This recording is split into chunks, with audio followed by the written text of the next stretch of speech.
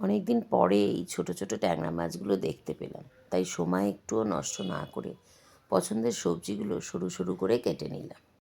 সবজির মধ্যে ছিল পেঁয়াজকলি, ওলকপি আর আলু। মূলো থাকলে ভালো হতো, কিন্তু মূলো ছিল না। মাছ আর কাটা সবজি একটা পাত্রে নিয়ে তাতে পেঁয়াজ কুচি, আদা কুচি, থেতো করা রসুন আর কাঁচা লঙ্কা চেরা দিয়ে মাখলাম। এবার স্বাদ মতো নুন, হলুদ গুঁড়ো, লঙ্কা গুঁড়ো আর গোটা গোলমরিচ, আধখানা লেবুর রস আর কিছুটা সর্ষের তেল দিয়ে ভালো করে মেখে নিন। ভালো করে মাখা হয়ে গেলে তারপর সেটা একটু ঢাকনা দিয়ে কিছুক্ষণ বাইরে রেখে দিন। আমি তো বুদ্ধি করে কড়াইতেই সব কিছু মেখেছিলাম, তাই আমার আর কোনো ঝামেলা নেই। কড়া শুদ্ধ নিয়ে গ্যাসের উপর বসিয়ে দিলাম।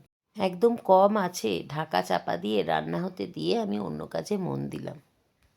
শুধু মাঝে মাঝে একটু মনে করে ঢাকা খুলে নাড়াচাড়া করে আবার ঢাকা চাপা দিয়ে দিলাম। বেশ কিছুক্ষণ বাদে, এই মোটামুটি 20-25 মিনিট বাদে দেখলাম বেশ একটা ভালো গন্ধ বেরোচ্ছে। হ্যাঁ, যা ভেবেছিলাম তাই হয়েছে। সবজিগুলো সব সেদ্ধ হয়ে গেছে আর তরকারির যে জল ভাবটা ছিল সেটাও শুকিয়ে এসেছে।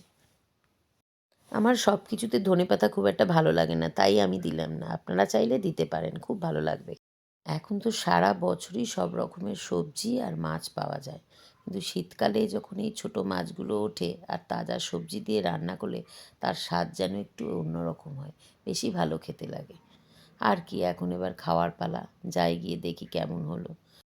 আমাদের বাড়িতে সবাই ছোটো মাছগুলোকে খেতে খুব পছন্দ করে, তাই মাঝে মাঝেই আমি এই রকম ছোটো মাছ দিয়ে মাখা তরকারি করে থাকি। সবাই ভালো থাকবেন।